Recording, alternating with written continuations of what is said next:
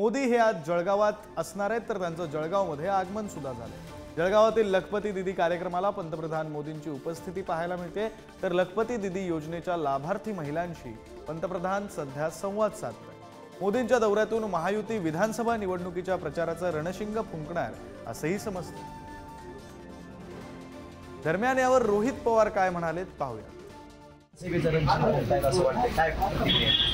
खरं तर आश्चर्य वाटत होतं की अजूनपर्यंत मोदी साहेब महाराष्ट्रात कसे आले नाहीत, कारण का इलेक्शन जाहीर होण्यापूर्वी 2-1 महिने तरी मोदी साहेबांच्या सभा त्या राज्यांमध्ये सुरू होतात, महाराष्ट्रात होत नव्हते।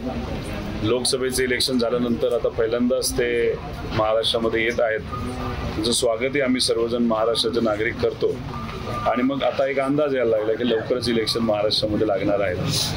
त्याच्याच बरोबर मोदी साहेब इथे येतच असतील तर एक नागरिक म्हणून मी त्यांना विनंती करतो की कायदा व सुव्यवस्थेची परिस्थिती महाराष्ट्रामध्ये अतिशय हालाकीची झाली।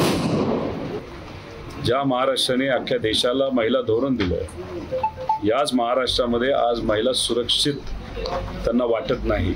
आणि मग अशा पद्धतीने तुमचं सरकार या महाराष्ट्रामध्ये आहे, तर जे कोणी लोक या विभागासाठी म्हणजे होम मिनिस्टरसाठी जबाबदार असतील त्यांचे जरा कान पकडा आणि मग ते काय सांगायचे ते सांगा। तर याच महाराष्ट्राची परिस्थिती अतिशय हालाकीची झालेली आहे। बघू आता मोदी साहेब त्या बाबतीत काय करतात। त्याच्याचबरोबर शक्ती कायदा जो महाविकास आघाडीमध्ये अनिल देशमुख साहेब होम मिनिस्टर होते तेव्हा आम्ही सर्वांनी अधिवेशनातून पास करून तो वरती पाठवला होता, तो सहजपणे वरून खाली परत पाठवला का? कारण त्याचं नाव हे शक्ती आम्ही ठेवलं होतं, नंबर दिला नव्हता। आणि दुसरं, महाराष्ट्रातलं त्या काळचं सरकार महाविकास आघाडी म्हणत होतं की 2 महिन्यात कुठल्याही महिलेवर जर अन्याय झाला, जो व्यक्ती अन्याय करतो त्याच्यावर आम्ही कारवाई करणार। केंद्र सरकार म्हणते 2 महिने एवढ्या कमी वेळात तुम्ही कशी करणार?